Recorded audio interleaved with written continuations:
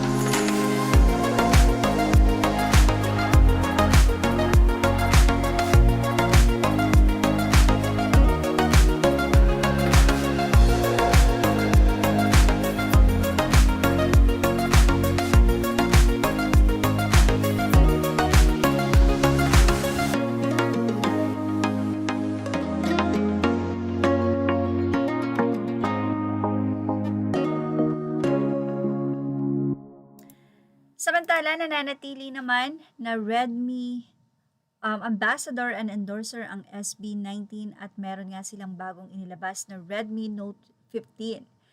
It's Titan Top. Kaya naman ang mga SB19 fan na 18 ay mukhang medyo sunod-sunod nga ang magiging gastos. At excited na sila na mag-purchase ng nasabi nga pong new product ng Redmi Note 15 Xiaomi. Maraming natutuwa dahil talagang ang kanilang mga endorsement ay sobrang mahal na mahal ang SB19. Si Ninang Redmi or Ninang Xiaomi ay isa na nga po dyan. At syempre, super support ang mga fans tuwing maglalabas ng panibagong product ang kanilang mga ino-endorso, talagang iyon ang kanilang binibili. Kaya naman sure na kagad ang kita ng mga endorsement ng SB19.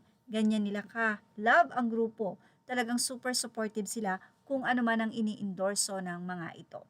At yan ang ating Showbiz Snap update. Images are all credit to the rightful owners. Please like, share, and subscribe. Thank you for watching Showbiz Snap.